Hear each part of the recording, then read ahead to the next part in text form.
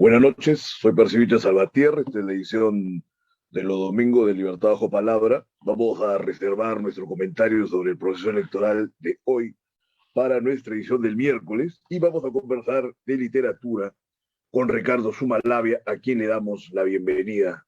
Adelante, Ricardo. ¿Qué tal? ¿Cómo estás? Muchas gracias por la invitación.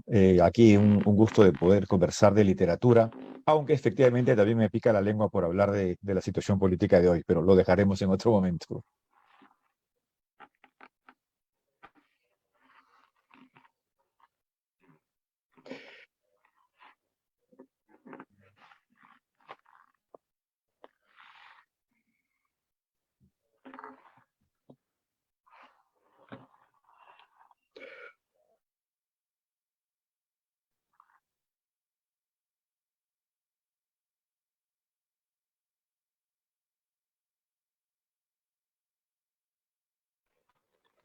Hola, bueno, hubo un desperfecto técnico, pero ¿tú me escuchas claramente ahora? Sí, yo te escucho claramente. Sí, al parecer Ya, correcto. hubo un Lamentablemente desfase. ya Sí. la primera parte de tu introducción no te escuché, pero bueno, eh, como te dije antes de empezar el programa, quería hacer mención del fallecimiento, ¿no? de Hermosa, ¿no? Que por casi 40 años condujo Presencia Cultural. Es un programa que ha tenido pues una perdurabilidad importante. Entonces tenemos que ofrecerle las condolencias para sus familiares, para los amigos, inclusive para el mismo medio cultural, ¿no? Que ha perdido una persona representativa de alguna manera. Dicho sea esto, vamos a dialogar acerca de lo que corresponde esta noche, que es la literatura fantástica y particularmente tu propia propuesta literaria, ¿no? Acaba de publicar Croac, sin embargo, de Croac nos vamos a ocupar en los últimos 20 minutos, porque considero importante, eh, digamos, dar un enfoque acerca de lo que yo creo que es una tradición imperante, no solamente en la narrativa, sino inclusive hasta en la poesía, ¿no? La literatura peruana creo que se ha visto sobresaturada de realismo. No sé si hay un temor o si hay una falta de capacidad. Falta como imaginación en general a la gran mayoría de escritores peruanos. Entonces, dime tú cómo ha llegado a estos predios, ¿no? De la fantasía y tal. Coméntanos, Ricardo. Mira, bueno, primero sí, aprovecho unos segundos también para dar mis condolencias a la familia de Ernesto Hermosa, que efectivamente ha dejado un gran vacío, todo lo que él representaba como un espacio cultural, algo que creo que necesitamos con urgencia en nuestro país. Bueno, dicho esto, te respondo.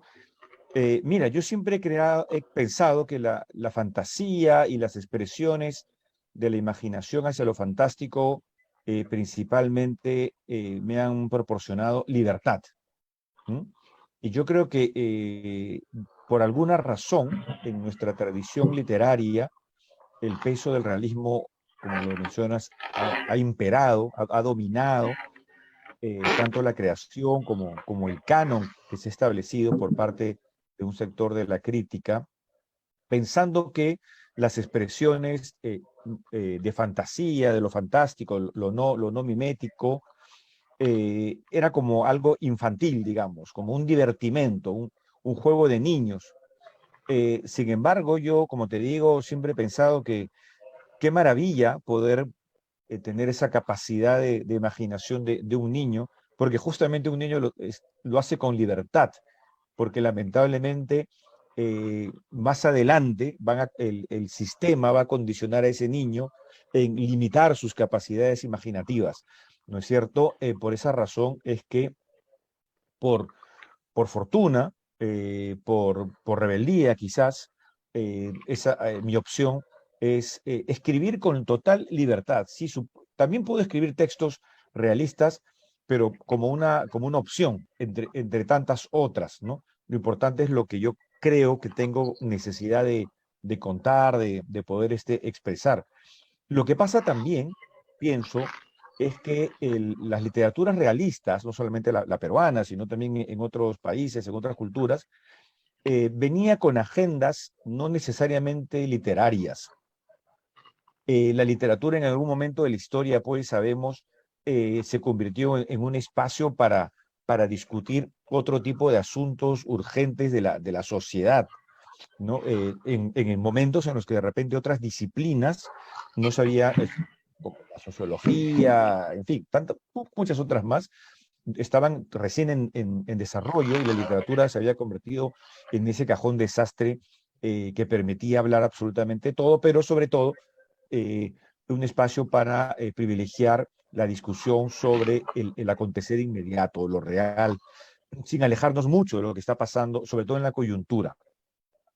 Y creo que si bien esto sucedió en un momento específico de la historia literaria, digamos, el problema es que se ha asumido como que eso es la literatura, que la alta literatura debe expresarse únicamente así. Y se ha convertido, de ser parte, se ha convertido en el todo.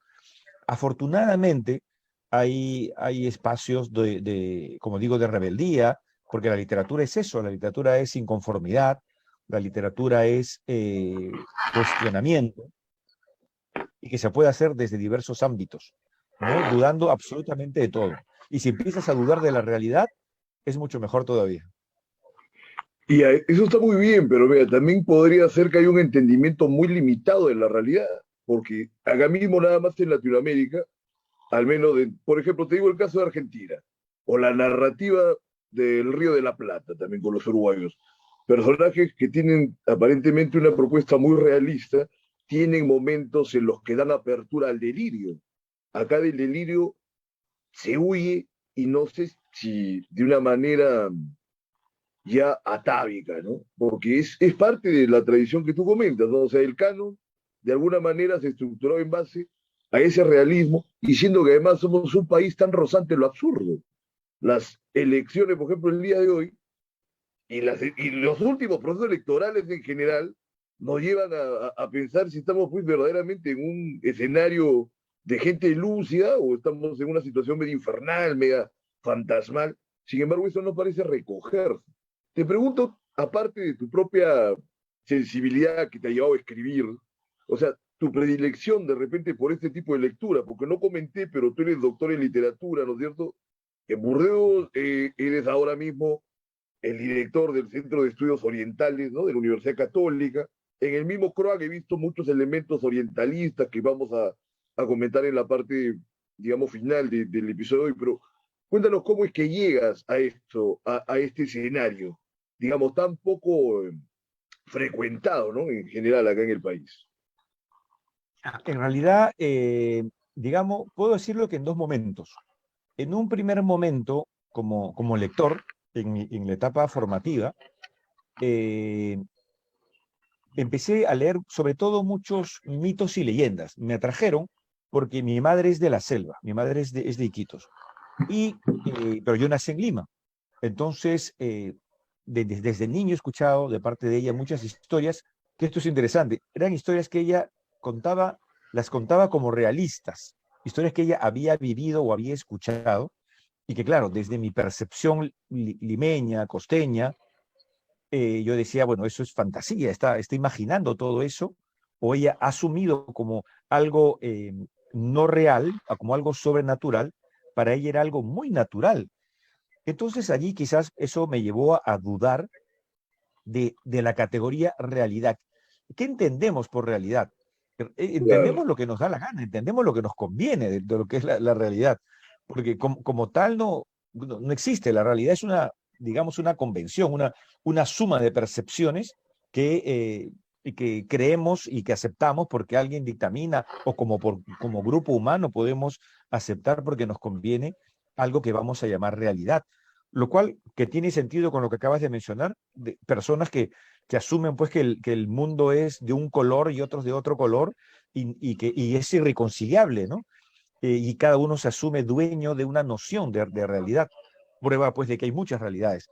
Entonces, esto yo lo tenía tempranamente claro y como lector, luego también llegué por ejemplo, a los primeros cuentos que se fueron desarrollando en América Latina, sobre todo cuentos leídos en español, hablo de nuestros primeros modernistas, que luego fueron tema pues, de una tesis doctoral, donde cuando se estaba gestando el cuento en español en América Latina, lo que más se privilegiaba era lo fantástico, ¿no? No, también hay una distorsión, se piensa como que el realismo siempre estuvo imperante, ¿no? La tradición de lo fantástico fue muy fuerte desde la segunda parte del siglo XIX, y por eso es que si echamos una mirada a nuestros escritores que, de esa época, que muchos pueden tener cuentos realistas, digamos, cuantitativamente mayor que los fantásticos, pero tienen una producción de narrativa fantástica bastante grande y bastante compleja.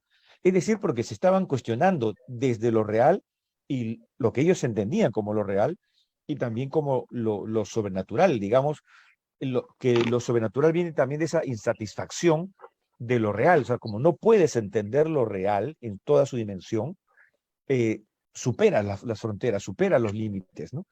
Y es allí que leyendo estos escritores, pienso en modernistas, Abraham Valdelomar, pienso en el propio, por ejemplo, si hablamos de César Vallejo, ¿no? Cuando se habla de su narrativa, ¿qué leemos en el colegio? Paco Yunque. Es un cuento maravilloso, pero que tiene un corte realista al 100%. O sea, no, yo no discuto su calidad, gran cuento. Pero sin Y su embargo moraleja, además, ¿no?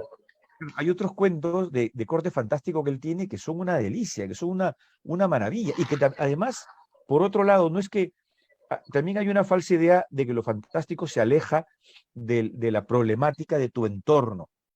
No, no necesariamente. Puedes también problematizar eh, muchas cosas, pesares, dolores, sentimientos, en fin, etcétera, del ser humano a través de relatos fantásticos, a través de estos otros ámbitos o de esa extensión de la realidad, si quieres. En mi caso, yo no hago una división categórica de lo realista y lo fantástico. Para mí se fusiona, digamos, son extensiones, se prolongan entre sí. ¿Mm? Eh, Porque como te dije hace un rato, yo dudo de la noción de realidad, por lo tanto, como no la tengo clara y no quiero tener clara, porque no quiero que me impongan una noción de realidad, ni yo mismo quiero imponerme una noción de realidad, prefiero ir borrando esas fronteras.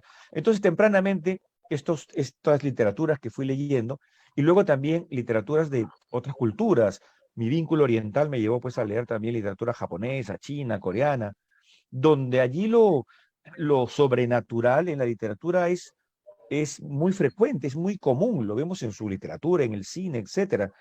Y yo creo que en el Perú también conviven el día a día, pero que en lo literario, pues, como te decía al principio, hay intereses, hay gustos muy marcados y que se quieren imponer por distintas razones. Pero eso se llama Y una agenda política, ya, digamos, con mayor descaro. Sería, creo que lo principal que apuntaría ahí, ¿no?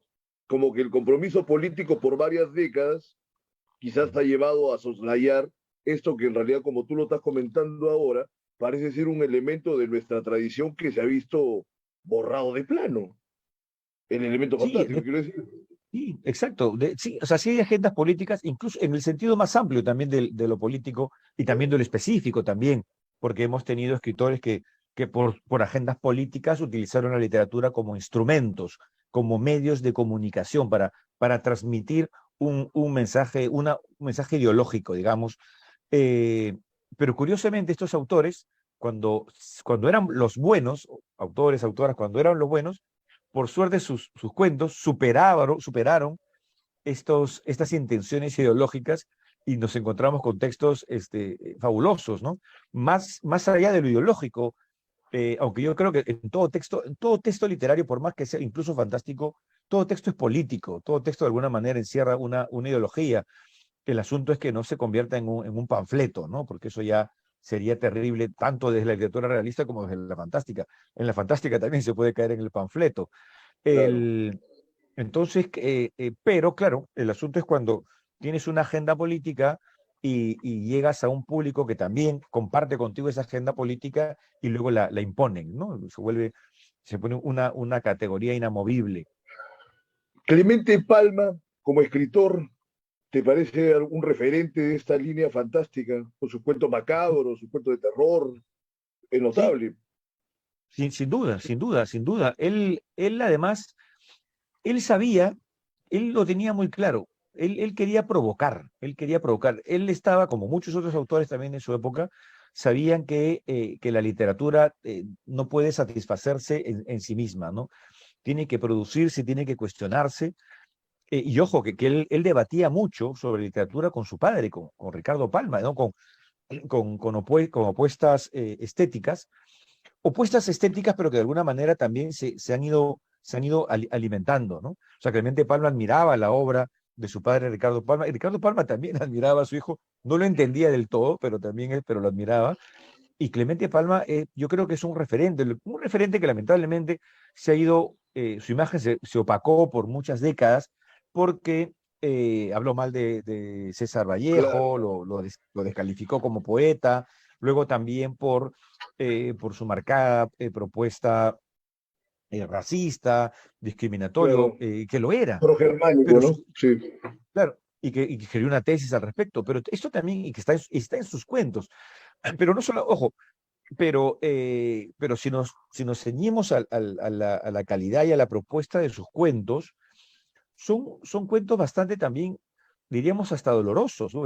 Incluso para alguien que con esos pensamientos racistas, que, ojo, también que era una suerte de discurso provocador, pero también era un discurso muy común en la época. O sea, estas, Sí. estas teorías eran además, muy alimentadas y nutridas por el Estado, por los diferentes estados en América Latina y el mundo, y él continuaba con esa línea, obviamente, pero vemos que él lo problematiza también en sus cuentos, y que no se come del todo ni siquiera su propio discurso. Él también empieza, por eso es que él practicó desde el cuento fantástico a la sátira, por ejemplo, o sus crónicas con el seudónimo de Papucio Corrales, donde también podríamos decir que era bastante, también era muy conservador en un aspecto y muy revolucionario en la literatura por otro lado, ¿no?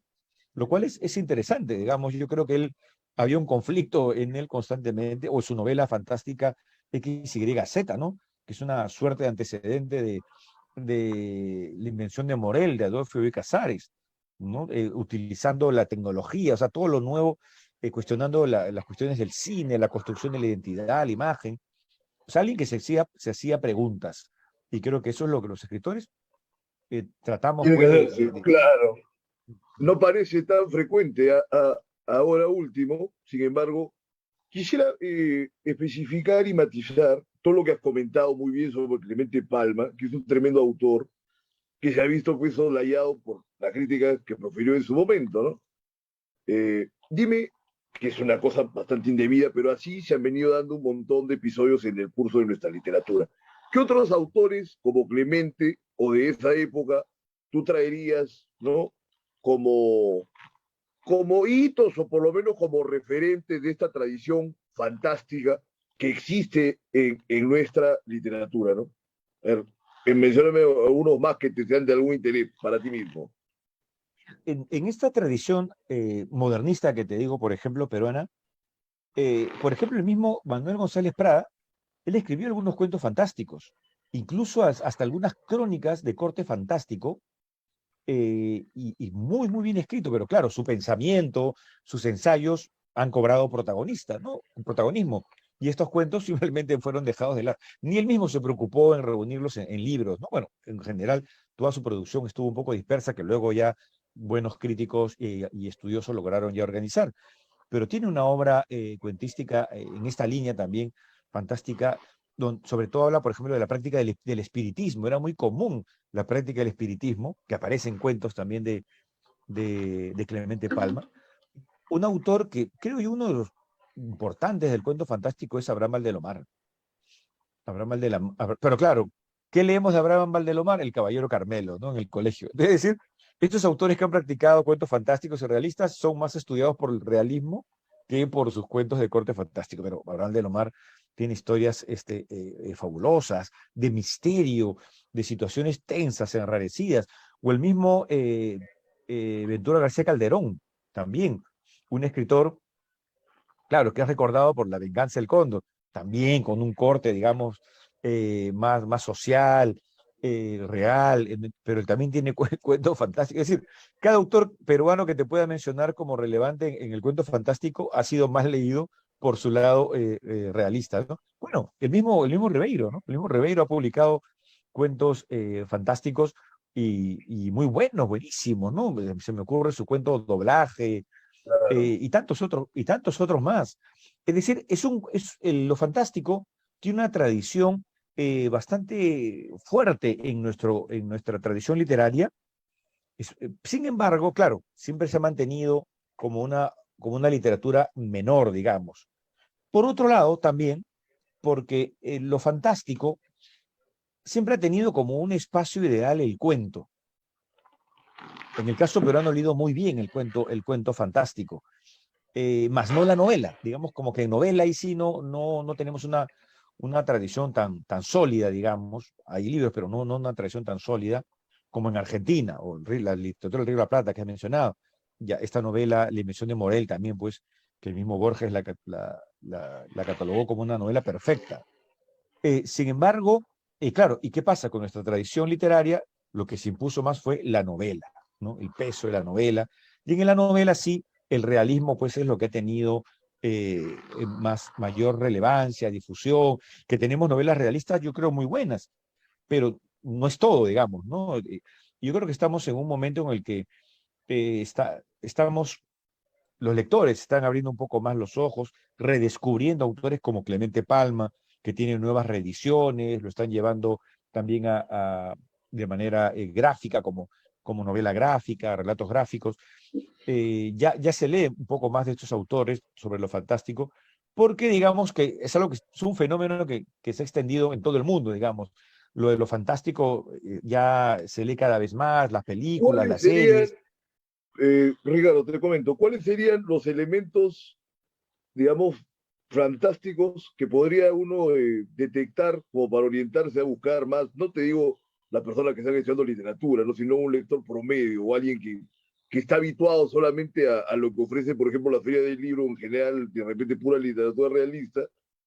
No sé, lo sobrenatural, el terror, ¿qué más? ¿Qué más sería? A ver, coméntanos esa dispersión Mira, de áreas, ¿no?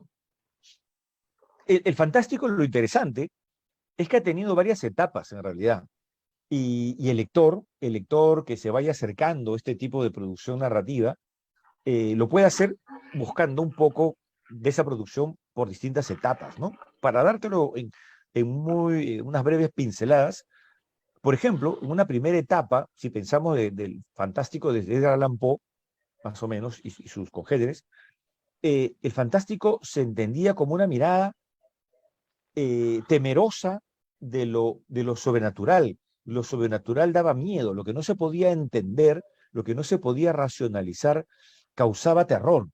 O sea, desde el otro lado de lo natural estaba también el mal.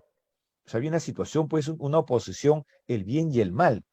Y este tipo de literatura, de horror, de miedo, el mal, atraía mucho, atraía muchísimo, pero era una respuesta también esa literatura al racionalismo de aquella época, ¿no? Y además, pero es interesante porque es un tipo de literatura que se nutría mucho del avance científico y pseudocientífico. Esto Claro. también enriqueció y por eso en estas historias vamos a encontrar a muchos científicos locos. Fíjate, son científicos que pierden la razón, no pasan al otro extremo, la locura. Y claro, y tenemos literatura fantástica, Frankenstein, ¿no? Digamos, de Mary Shelley, una novela fantástica, ¿no? Fabulosa, fantástica en tanto género, pero también adjetivándola. Calidad. Y claro, pero luego llegamos, si hablamos de lo fantástico en el siglo XX, tenemos ya es un fantástico diferente.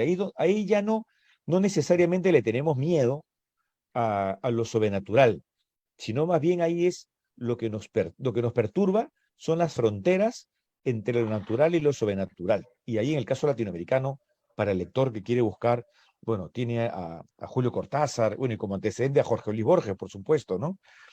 Y un poquito más atrás a Leopoldo Lugones, es decir, hay tradición al respecto. Y claro, entonces el temor era otro, digamos, ya no era el bien y el mal, sino era el dónde se acaba lo que yo entiendo por lo real, ¿no? En qué momento crucé la línea y ya estoy al otro lado, ¿no?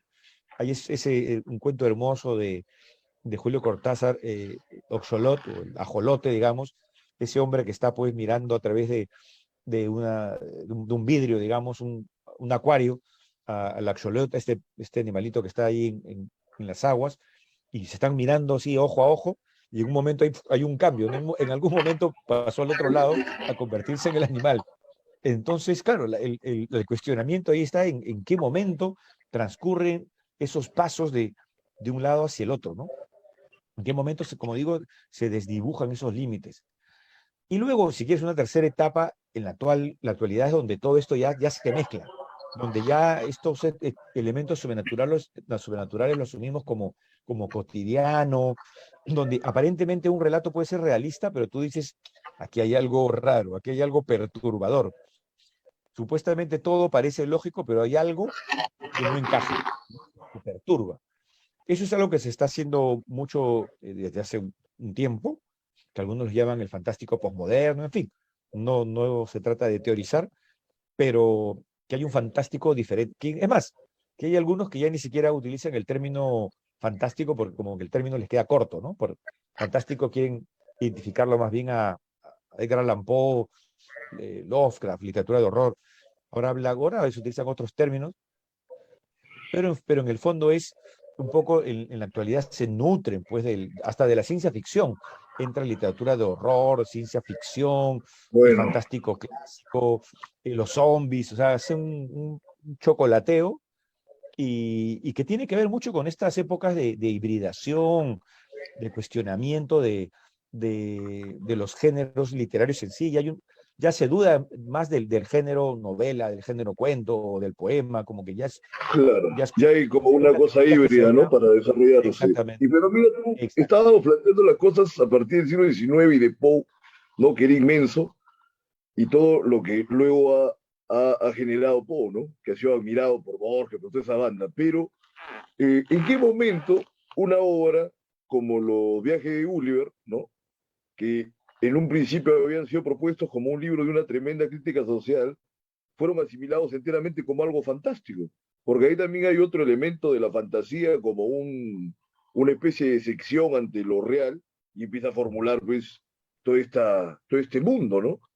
Imaginario, pero muy crítico de lo que representaba su propia época, Swift. ¿Has visto eso en algún momento? ¿Cómo sería tu interpretación de ello también? De repente ha contribuido a marginar lo fantástico también de alguna manera. Sí, yo creo que lo que pasa es que tiene que ver más que nada desde el lado de la recepción.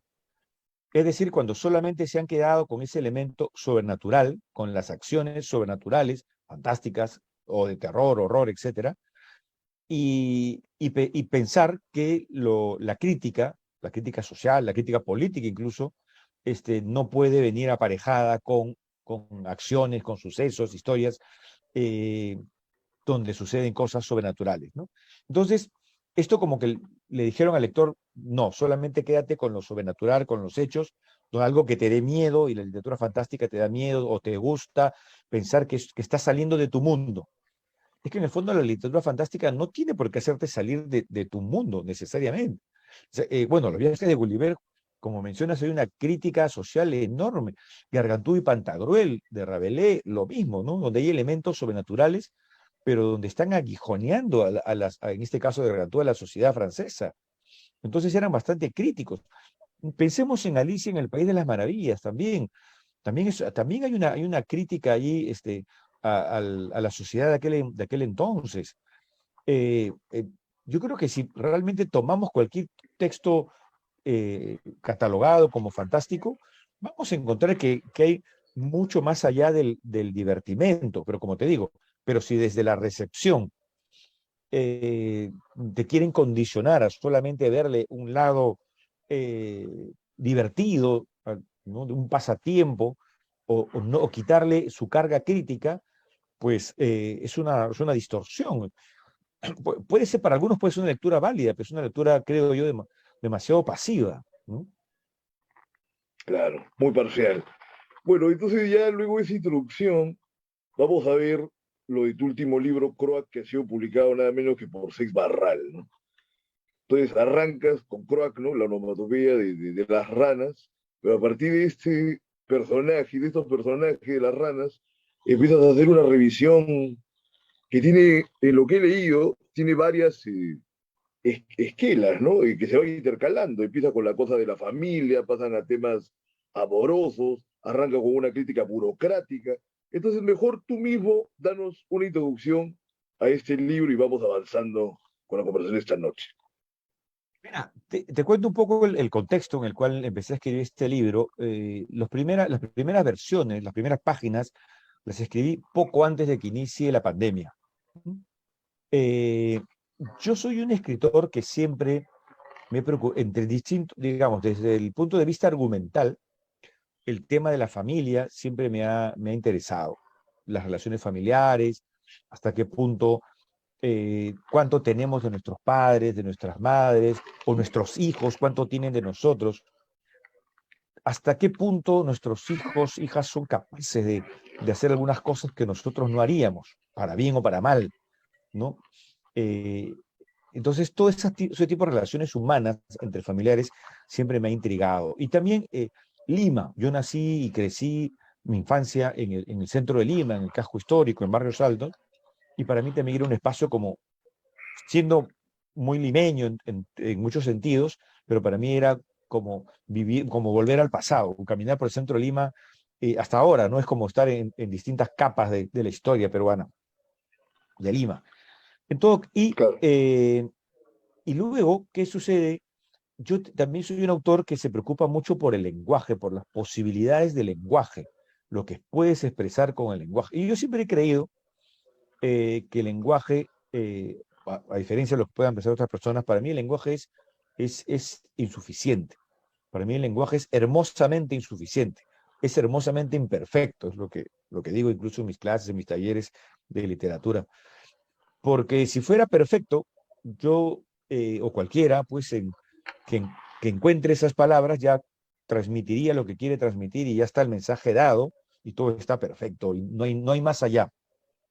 La insatisfacción, incluso equivocándome, me permite siempre buscar, siempre saber que el lenguaje no me ha terminado de dar todo, pues tengo que seguir cuestionando y buscando algo más en ese lenguaje. En esa búsqueda sobre las posibilidades del lenguaje es que se me ocurrió y pensé en las onomatopeyas, como crack, ¿no? ¿Qué tanto expresa esa onomatopeya? Por supuesto, es más, la palabra crack en español, no es, las ranas no dicen crack, es así como lo escuchamos nosotros, es como lo que nosotros percibimos desde el español. Le preguntas a un francés y en francés la onomatopeya suena de otra manera, y en inglés de otra manera, y en japonés bueno, de otra Cricri manera. decía la canción esa de Cuna, ¿no? Cricri, Cricri, o Bueno, bueno, algo así, ¿no? exacto, ¿no? O Entonces, crocodilo, algo las por el estilo. onomatopeyas son muy diversas, pero es hasta Claro, divertido, porque suena de una cultura a otra, de una lengua a otra, suena completamente distinta. Pero es lo que tú crees que estás escuchando. Entonces, lo mismo nos pasa, creo, lo que hago yo, la transpolación, es que lo mismo nos pasa incluso con palabras que creemos conocer. Yo digo, por ejemplo, pues, no sé, carpeta, y puede haber una idea común de que sí, todos entendemos que has dicho carpeta, pero hasta qué punto uno realmente entiende porque no solamente es la palabra misma, no es solo la enunciación, sino lo que puede representar, el concepto que pueda tener y mucho más allá. Entonces la onomatopeya me servía a mí como una metáfora de esta reflexión sobre el lenguaje. Entonces me quedé con la imagen de crack. Ahora, ¿por qué crack y no wow, miau, etcétera? Porque para mí la rana es un animal que además tiene una larga presencia en la literatura, en todas las tradiciones literarias, la nuestra, la asiática, en todas partes. los Entonces, griegos la mismos, rana, hay una fábula, ¿no? claro, De las ranas claro, y la gaviota, creo que se las traga, ¿no? exacto. Entonces, en muchas mitologías se aparecen las ranas, la literatura medieval está repleta de ranas, las fábulas que han mencionado también, y en Asia también. Entonces, mi primera, algo que ya he contado, mi primera experiencia viendo una rana en vivo y en directo fue cuando yo era niño en Iquitos, en la casa de mi abuela, donde había una pileta, pero había una pileta seca, pero había llovido y por ahí apareció una rana. Y yo nunca había visto unas ranas, las conocía por la televisión, las revistas, fotos, etcétera, pero nunca había visto una y escuché el croar de esa rana y se me quedó en mi recuerdo, ¿no? Y por algunos de estos misterios que se da en el proceso imaginativo, pues apareció esta imagen de la rana y su croar. Y bueno, quise asumir esta palabra, este croar, Y luego este personaje, este hombre que va, este joven a la casa de su abuela para visitar a la abuela, pero también es el amigo de la rana, que mantiene una relación de amistad con la rana, que lo único que hace esta rana es decir crack, pero este crack significa, viene con toda una carga significativa, muy amplia, muy diversa, ¿no? Y es así como este libro surge, y lo escribí ya durante la pandemia, ya con el formato del libro que quería armar, a través de una novela episódica, ¿no? Por eso se construye por capítulos o microcapítulos de página, página y media, eh, porque me permitían, también valiéndome de las antiguas tradiciones de estas historias, pues, episódicas, ¿no? De estas novelas episódicas, y desarrollar con este personaje, lo quería utilizar también como pretexto para que hable de todo, lo que le diera la gana, ¿no? Y por eso que en este libro, siendo breve, vas a encontrar esta crítica a la burocracia, crítica de todo. Es una rana criticona, que se divierte, además se burla de todo, ¿no? Y que además maneja una máquina del tiempo, que es una máquina del tiempo que no es convencional, sino que es un retrete, uno de estos retretes antiguos de uno jalada a la cadena, y hay un mecanismo allí que permite a esta rana viajar en el tiempo. Es una rana que dice que que ha tenido varias reencarnaciones, pero todo lo que esta rana diga es una traducción de lo que, eh, una traducción ofrecida por este amigo de él, que además lo llaman el cabezón, ¿no? Que quiere ser escritor, que ha escrito novelas, quiere ser escritor, y la rana se burla de él, se burla de la literatura, se burla de la literatura peruana también, y, y quería yo construir esta novela de esa manera. Y yo me la pasé, dentro de este contexto de la pandemia, lo que hemos sufrido mucho todos, eh, con aislamientos, con pérdidas de muchas vidas humanas, gente cercana. Para mí escribir el proceso de escritura de este libro, con el humor, a través del humor, de ironía, también también fue un mecanismo de sobrevivencia en mi parte, de alguna manera, ¿no? Pero aún así, tú mantienes una distancia entre el discurso de la rana y las cosas que va presentando el mismo libro. ¿Eso por alguna razón de técnica literaria o Que la tampoco hayan te has aceptado, ¿no? animado a soltar, a que las ranas pues, empiecen a soltar ahí su disparate como si fuese la cosa más normal? ¿O eso sería algo demasiado básico o muy desenfrenado? Puede ser cualquiera de las dos, dependiendo de cómo se enfoca también. Digamos, de tu experiencia, de tu conocimiento teórico o por tu exigencia estética. ¿Por qué Puede esa ser preferencia? Puede es ser que peligroso. puede ser peligroso, puede ser peligroso. Yo quería poner a la rana en esa situación de peligro, ¿no? Es decir, y bueno, y hay momentos en los que ha peligrado su vida en muchos momentos, ¿no? Siempre expresar, siempre querer ser como realmente quiere ser, puede tornarse peligroso para los...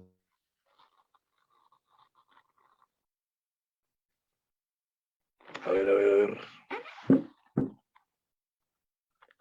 Bueno, espero que se esté escuchando lo que nos dice Ricardo. Yo no lo escucho ahora mismo. Y ha salido del aire, por lo menos ahora mismo. Entonces, estábamos conversando acerca del libro, ¿no? Croac de Ricardo Zubalavia. Vamos a esperar que se reconecte. Pero ya han podido expectar que francamente existe todo un horizonte mucho más vasto que el que nos ofrece en general la oferta literaria tradicional, ¿no? Entonces, ahora mismo que están en boga tantas figuras de fantasía, es importante también darle un espacio a esta forma de expresión que constituye un elemento muy importante de la literatura universal. Ricardo, te conectaste otra vez, entonces prosigue con lo que nos estabas contando y luego Sí, retomamos la línea de lo que estaba presentando yo mismo ahora. sí, perdona, porque un problema técnico, ¿verdad? De este lado. No se preocupe, Eh, adelante. Prosigue con tu sí, testimonio de Croacia. entonces, como te decía, mi casa editora fue muy generosa en aceptar el libro, por supuesto también con cierto temor. Es más, me decían, pero el libro se va a llamar Croac. O sea, te das cuenta, van a pensar que es literatura para niños. Claro, porque la idea es como que la novela tiene que tener un nombre de peso fuerte, ¿no? Pero además que se llame Crack, y luego le agregué y el nuevo fin del mundo, que es una sátira, es una burla. Es un libro que se ha nutrido mucho, bueno, de muchas literaturas, ya mencioné la influencia asiática también, pero también mucho del surrealismo. A mí la literatura surrealista siempre me ha gustado, me ha interesado por esa libertad, por esa búsqueda, por ese cuestionamiento.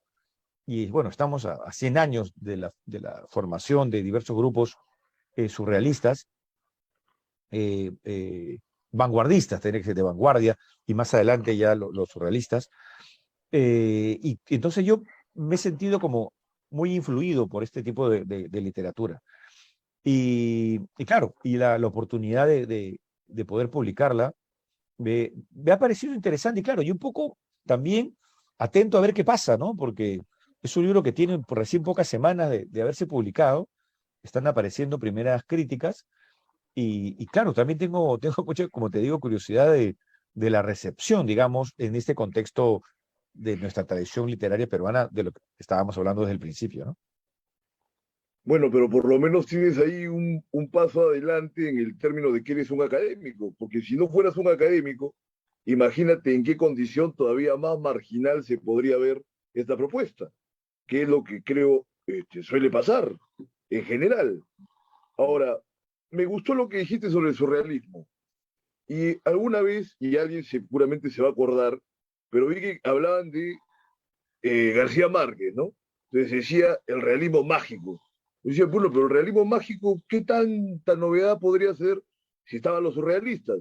Ahora, partiendo de los mismos surrealistas, o sea, ¿hasta qué punto es verdaderamente rupturista y rompedor lo de los surrealistas? Y buena parte también de la literatura universal ha tenido siempre un pie en lo concreto y otro en el mundo del sueño o de la pesadilla, ¿no? Lo metafísico o la cosa delirante o la cosa profética, ¿no? William Blake, los románticos ingleses, y así hacia más atrás hay un montón de otros ejemplos. Entonces cuéntanos a ver qué percepción te merece eso, ¿no? Sí, mira, en realidad hay una larga tradición, como tú acabas de mencionar, y hemos estado hablando esta noche, de algunos tópicos que se han ido utilizando. Los sueños, por ejemplo, si solo nos detenemos un momento en los sueños, hay una larga tradición de historias que problematizan los sueños, es decir, el interés, la intriga por los sueños, todo lo que pasa allí, las pesadillas. Ahora, lo que pasa es que desde el siglo XIX y todo el siglo XX hemos aprendido muchísimo, o sea, la ciencia nos ha dado mucha información sobre, sobre los sueños, ¿no? Eh, entonces, todo eso creo ahora se ha sumado, ¿no? Bueno, también el psicoanálisis, por ejemplo, también la literatura no es la misma, pues, obviamente desde que surge el psicoanálisis, y que también hay una relación, para los surrealistas también fue muy importante ese vínculo con el psicoanálisis. Entonces, digamos, tratar de entender todos esos mecanismos de la razón, del subconsciente, y lo que pasa en el mundo de los sueños es algo que atrajo mucho, como digo, a los surrealistas y se ha hecho mucha literatura interesante y también otros posteriores. Un autor que me interesa mucho es el francés Georges Perec, que es alguien también que, bueno, murió joven, pero escribió muchísimo y que eso era, bueno, iba en esa línea, digamos, del surrealismo y que luego esto se ha ido avanzando y lo que llegamos ahora no es que seamos tan rupturistas, digamos, me gusta la idea de más bien de formar parte de una tradición. Y tú que mencionas ahora a García Márquez, bueno, de hecho, él también era un gran lector, digamos. Lo del realismo mágico, para empezar, no es una categoría que él haya inventado, ¿no? Un poco la Claro. crítica en ese momento le pusieron allí el San Benito, realismo mágico, y él dijo, bueno, ya siguió viviendo con eso. Yo estoy seguro que ni le importaba, yo creo que ni le importaba. Él hablaba, él decía, yo cuento lo que me ha contado mi abuela, lo que me han contado allí en mi pueblo, he contado lo que he visto, lo que he escuchado, ¿no? Pero por supuesto había una sensibilidad artística en él muy fina, ¿no? Él sin ser un teorizador, un teórico, de hecho en sus novelas también, en Ciego en Soledad, hay pasajes en los que para los lingüistas son una maravilla, ¿no? Cuando empiezan a perder la memoria y empiezan a escribirle en etiquetas nombres a las cosas para identificar y luego también a poner definiciones. Es toda una reflexión de lo que es el signo lingüístico, el significado, significante, el referente. Estoy seguro que él no lo planteó de esa manera, pero tenía unas proyecciones que se comunicaba, digamos, llegaba a conclusiones a través de la creación literaria que los teóricos habían estado ya analizando unas cuantas décadas antes, ¿no? Entonces, ese tipo de de conexiones con el conocimiento, con lo que no podemos entender, es lo que a mí también como autor me atrae, ¿no? Con Crack, como digo, yo no quiero obtener respuestas, o sea, la verdad en sí no es algo que a mí me preocupe, la, ver- la verdad, no, la verdad, bueno, pues, y para esto lo que digo, pero no es algo que me preocupa, más bien lo que me interesa como escritor es hurgar, es buscar, como te digo, es cuestionar, eh, y la rana en ese momento, pues para mí como personaje fue muy importante, ¿no? Y lo que me ha llamado la atención de las recepciones que estoy teniendo es sobre todo la de jóvenes, la de escritores jóvenes, y no me refiero a jóvenes en el sentido para entender mi libro como literatura juvenil, sino me refiero a escritores jóvenes, ¿no? A narradores, a poetas, que me han comentado que les ha gustado la idea de, ah, tú siendo, o sea, por mí siendo un académico y que lo quieren entender como alguien, piensan que lo académico es todo formal, y si escribes una novela como Crack significa que podemos hacer otras cosas. Le digo, por supuesto que se puede hacer, y ellos lo están haciendo, ¿ah? De hecho, yo también puedo, y lo acepto, tengo influencias leyendo como académico y como lector, leyendo esta literatura joven, ¿no? Hay muy buenos narradores peruanos. Cristian Briceño es un narrador joven y poeta que tiene unos cuentos del absurdo, yo diría también surrealistas, y que son cuentos fabulosos cuentos, ¿no? Entonces yo ¿Por trato qué de esa estar... predilección por el cuento, por el formato breve? O sea, en este momento, en el siglo XX, ¿cuáles han sido los grandes novelistas de lo fantástico? Aparte de Tolkien, aparte de George R. R. Martin, ¿no? Que tienen tremenda repercusión ahora mismo. ¿O es que esto no se amolda a los formatos de grandes dimensiones? Por ejemplo, las novelas totales, sobre todo las peruanas, quizás lo que yo le echo de menos, es decir, adolecen de una tremenda falta de delirio, de fantasía, para que sean verdaderamente totales, según mi parecer, ¿no? Entonces dime tú, esta predilección por el formato breve en alguna parte digamos, del mundo ahora mismo, en el siglo XX, lo que corre en el siglo XXI, se ha transgredido. ¿Quiénes son los grandes novelistas fantásticos de la época? Aparte ya de Mira, lo que tengo que lo que pasa es lo siguiente, mencionas a Tolkien no, luego los que han seguido toda esa línea, toda esa tradición con estas decir. novelas pues que son sagas en realidad, ¿no? Que tienen pues 3, 4, 5 volúmenes, etcétera. Es un tipo de literatura que viene de una tradición más antigua en estos países, en estas lenguas. En el caso latinoamericano no hemos tenido ejemplos semejantes, no hay una tradición en ese sentido. Ahora, eh, que llegue hacia lo breve, en mi caso es particular porque yo ya he venido publicando libros de microcuentos, porque ya tengo esa pulsión hacia la prosa breve, me siento cómodo y no es una decisión teórica ni un plan, ni una defensa del microrelato, tiene que ver con mi temperamento. Creo que me expreso mejor así y así lo hago, ¿no? Así como alguien puede correr competencias de 100 metros y otro va a maratones, el físico es diferente. Igual, en mi caso, mi musculatura las conexiones que hago en mi cerebro se articulan mejor en prosa breve. Y eso no quita que yo pueda nutrirme, leer historias que, fíjate, no es que sea yo un gran seguidor de los libros pues, de Tolkien o estas sagas de la fantasía épica, ¿no? Que se conoce como la fantasía épica. No O es algo, fantasía heroica, en ¿no? sí no, claro, épica, heroica, no es algo que yo Sí, siga sí. demasiado, pero porque me ha interesado más desde la tradición latinoamericana, digamos, ¿no? En microrrelatos, por ejemplo, hay un escritor español muy bueno, José María Merino, que aquí no conocemos mucho a este autor, pero que en España es súper premiado, leído, comentado, que narra con una prosa impecable y unas situaciones que parece que van con una naturalidad y de pronto hace un giro que no te enteras en qué momento hizo el giro y te lleva a unos planos que realmente te cuestionan como lector, te interpelan. Ese tipo de literatura a mí me interesa, ¿no? O escritores incluso más jóvenes como el argentino Andrés Neumann, por ejemplo, ¿no? Que también No habría grandes novelistas de lo fantástico, aparte de lo que está manejando la fantasía épica, la fantasía heroica. O sea, como que sí se amolda en general, aparte de tu propio testimonio, al formato de lo breve. Algún misterio debe haber ahí, ¿eh? Porque no, sí, parte lo de que pasa es, Poe, parte de Borges. sí, Cortázar de repente con alguna novela le da una pincelada, pero se mueve dentro de un medio, digamos, más realista, entre comillas, ¿no? En el que lo fantástico es como una válvula de escape, pero más o menos marginal también.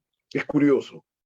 Eh, en todo caso, mira, ya van a ser las 11 de la noche y quería retomar precisamente este tema de la fantasía que había comentado el momento que saliste del aire, ¿no? O sea, ahora último se ha dado pues te decía, esta tremenda repercusión de lo fantástico, de lo épico, de lo heroico, a través básicamente de George R. Martin, ¿no? Con Game of Thrones y todo lo que era la canción de Hielo y Fuego, bueno, y Tolkien, El Señor de los Anillos. Pero leí algo muy curioso esta semana y que es un testimonio de Martin sobre Tolkien acerca de la búsqueda de Tolkien. Porque se dice, mira tú, que siendo que Inglaterra es lo que conocemos, que tiene las sagas artúricas, así un imperio importante, a Tolkien le parecía que le hacía falta una mitología, digamos, a la altura de lo que él creía que era Inglaterra. O sea, en medio de esa búsqueda tan fantasiosa, el hombre quería instituir su ideal de la identidad nacional, digamos, británica. Y acá en el país, la identidad nacional, al menos dentro de las literaturas que hay, es bien parcial. Yo casi lo veo enteramente reflejado por los lados de Vallejo y Arguedas. Por más que haya otras muestras, pero que te digo son como tangenciales, parece que lo central de lo peruano se ha anquilosado en Vallejo y en Arguedas. Pero tú como académico, como literato, como lector además, ¿cómo ves ese tema para acabar la noche? lo que, pa- lo que pasa es que, mira, creo que a veces pecamos de demasiado ambiciosos. Es decir, tenemos que saber, ya lo sabemos, pero hay que evidenciarlo, que vivimos en un país fragmentado, un país quebrado. Vivimos un país quebrado. Entonces, pretender una novela eh, total, una novela que englobe a toda esta realidad no tiene sentido, porque para empezar, no es una realidad, como he dicho desde el principio, son muchas realidades. Entonces, yo creo que sería un esfuerzo vano, que por ahí pueden ir pretendiéndolos, pero en todo caso no es mi intención. Yo no pretendo No, claro, ninguna novela total. Es decir, yo creo, y lo he dicho ya en otras oportunidades, creo que podemos tratar de acercarnos a nuestra problemática, digamos, desde la fragmentación, digamos, desde lo mínimo, desde lo pequeño. Ese es mi intento, digamos, ¿no? Por eso yo creo que quizá el problema de esas búsquedas de novelas totales que quieren englobar lo que llamamos, lo que queremos entender por realidad, va al vacío, pues se va al vacío, se va al olvido, porque recurre a los modelos de siempre, a los mismos modelos tradicionales, ¿no? O sea, hablar de novela total, algo que ya se estaba, bueno, ideando desde los años 50, 60, a ver, ya han pasado pues 70 años, ¿no? O sea, querer escribir ahora 2022 como hace 70 años, con el mismo lenguaje, las mismas estructuras, la misma gramática narrativa, pues ya estamos un poco desfasados, me parece, ¿no? Otra cosa, no digo negar el pasado, sino escribir, o sea, pensar que estamos en el pasado, ¿no? claro. La idea es que traer ese pasado, traerlo aquí y darle vuelta, girarlo, ¿no? Yo creo que eso podría ser, podría abrir otras puertas, otras vías artísticas, narrativas también. Pero yo te decía eso en el sentido de que, claro, no poner en ejecución las técnicas y los modos de entender la literatura de hace 70 años o hace 200 años, porque si solamente fuera por una cuestión de esa especie de coyuntura técnica. O sea, ¿qué hacemos con La Guerra y la Paz? ¿O qué hacemos con las novelas más antiguas, ¿no? O sea, entonces, por último, ¿no? O sea, como si la Ilíada o la Odisea fueran pues algo que estuvieran completamente desactualizadas, ¿no? Hay una frase que me gusta de Ricardo Reis, ¿no? Que empezó, que dice que un poeta siempre debe mostrar en lo que escriba, por más breve que sea, que Homero existió. O sea, vincularse a eso y mostrar esa grandeza que puede ser inherente al ser humano, ¿no? Pero ya son tendencias y posiciones. En todo caso, ¿dónde se puede ubicar tu libro? Las librerías o se pueden contactar contigo como para despedirnos por hoy. Coméntanos, Ricardo, por favor. Bueno, primero, muchas gracias por, Percy, por el momento, por la conversación de esta noche, ha sido muy grata. Y bueno, el libro, para los que están en Lima, afortunadamente pueden acceder a la novela en las principales librerías aquí locales, Librería Sur, El Virrey, la Librería Crisol. Fuera de Lima, a mí me encantaría, bueno, es una tarea urgente que necesitamos pues en nuestro país, que aumenten más las librerías y que haya mejor distribución de libros, ¿no? Pero ahora lo que nos ha dejado la pandemia también es que las compras por delivery funcionan a nivel nacional y que al menos allí sí hemos avanzado bastante. Yo mismo aprovecho también en comprar libros con esa modalidad. Me gusta ir a una librería, pero si no puedo, pues tratar de hacer esos pedidos son posibles, ¿no? Y también están en algunas librerías en otras ciudades, en Arequipa, Piura, me parece, Cusco, y espero pues que tenga una mayor difusión. Y la lectoría es lo más importante. Perfecto. Entonces, gracias, Ricardo, por tu participación. Eso ha sido todo hoy en Libertad Bajo Palabra. Ya seguimos con más análisis y crítica el miércoles. Buenas noches.